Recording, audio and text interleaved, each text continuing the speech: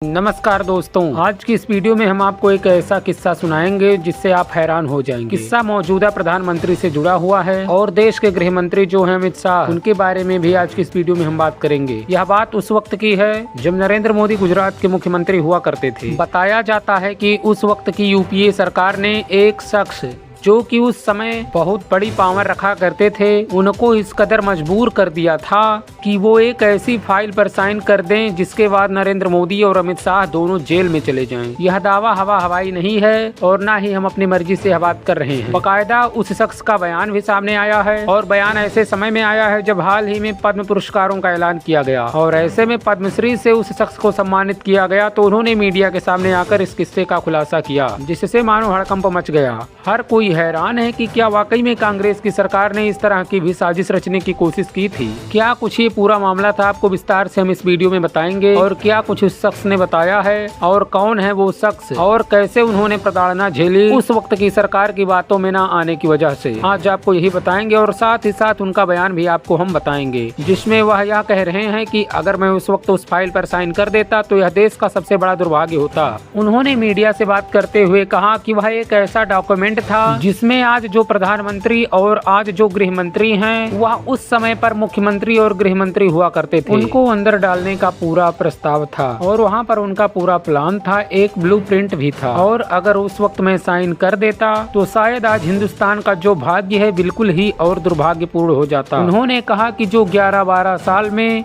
एक रथ की तरह, एक विकास रथ की तरह ही भारत आगे बढ़ा है और कहीं ना कहीं ये हमारे जो प्रधानमंत्री हैं उन्हीं के कारण यह संभव हो पाया है और उनके बॉडी के हर इंच में यहाँ विकास लगी हुई है और वह इतना मेहनत कर रहे हैं, इतना श्रम कर रहे हैं और ऐसे में उन्होंने अपने प्रधानमंत्री को लेकर गर्व की बात कही और उन्होंने गृह मंत्री अमित शाह की बड़ाई करते हुए कहा कि उनके बॉडी के हर एक इंच में दिमाग है और वे बहुत ही बुद्धिमान हैं और गृह मंत्री और प्रधानमंत्री पर टिप्पणी करते हुए उन्होंने कहा कि इसको रोकने का एक पूरा षड्यंत्र रचा गया था और उस वक्त यह रोक दिया गया था। तो यह बात जो शख्स कह रहे थे उनका नाम RVS मणि है और यह गृह मंत्रालय के पूर्व अंडर सेक्रेटरी के तौर पर इन्होंने काम किया है। अब इन्होंने हाल ही में जब इन्हें पद्मश्री से सम्मानित किया गया तो फिर इन्होंने उसके बाद मीडिया के सामने आकर एक खुलासा किया और उस खुलासे में इन्होंने कहा कि यह उस दौर की बात है जब कांग्रेस का शासनकाल था और ऐसे में मुझ पर यह दबाव बनाया गया था कि मैं एक ऐसे हलफनामे पर हस्ताक्षर कर दूं जिसके बाद यह साबित हो जाए कि नरेंद्र मोदी और अमित शाह दोषी हैं और उनको जेल की सलाखों के पीछे पहुंचा दिया जाए।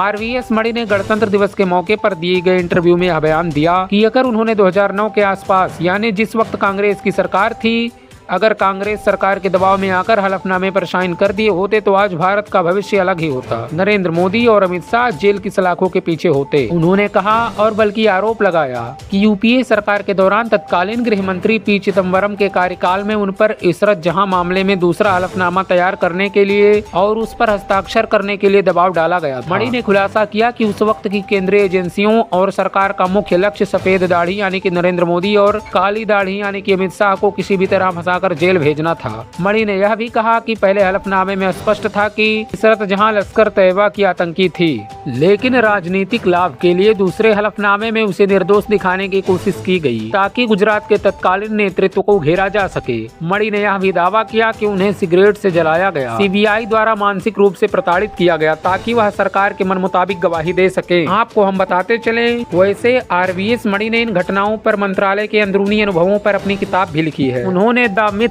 Of Hindu terror, insider account of ministry of home affairs, इस पर किताब में प्रमुख है क्योंकि उन्होंने कई सारी किताबें लिखी हैं। उनमें से ये किताब प्रमुख है जहां पर उन्होंने बहुत सारी चीजों का खुलासा किया है। मणि इशरत जहां एनकाउंटर केस और भगवा आतंकवाद के नैरेटिव से जुड़ी आपबीती और दावों के लिए अक्सर चर्चा में रहते हैं और एक बार फिर सोशल मीडिया पर उनका बयान वायरल है जिसमें वह सीधे तौर पर कह रहे हैं कि मुझ पर तो बकायदा दबाव बनाया गया था एक ऐसे हलफनामे पर साइन करने के लिए जहाँ पर सीधा टारगेट लिया जाने वाला था नरेंद्र मोदी और अमित शाह को। उन्होंने कहा, हालांकि मैं झुका नहीं, मैंने बात मानी नहीं और मैंने हस्ताक्षर नहीं किए। इसके लिए मुझे सिगरेट से जलाया भी गया, मुझे परेशान भी किया गया और प्रताड़ित भी किया गया, लेकिन मैं डगमगाया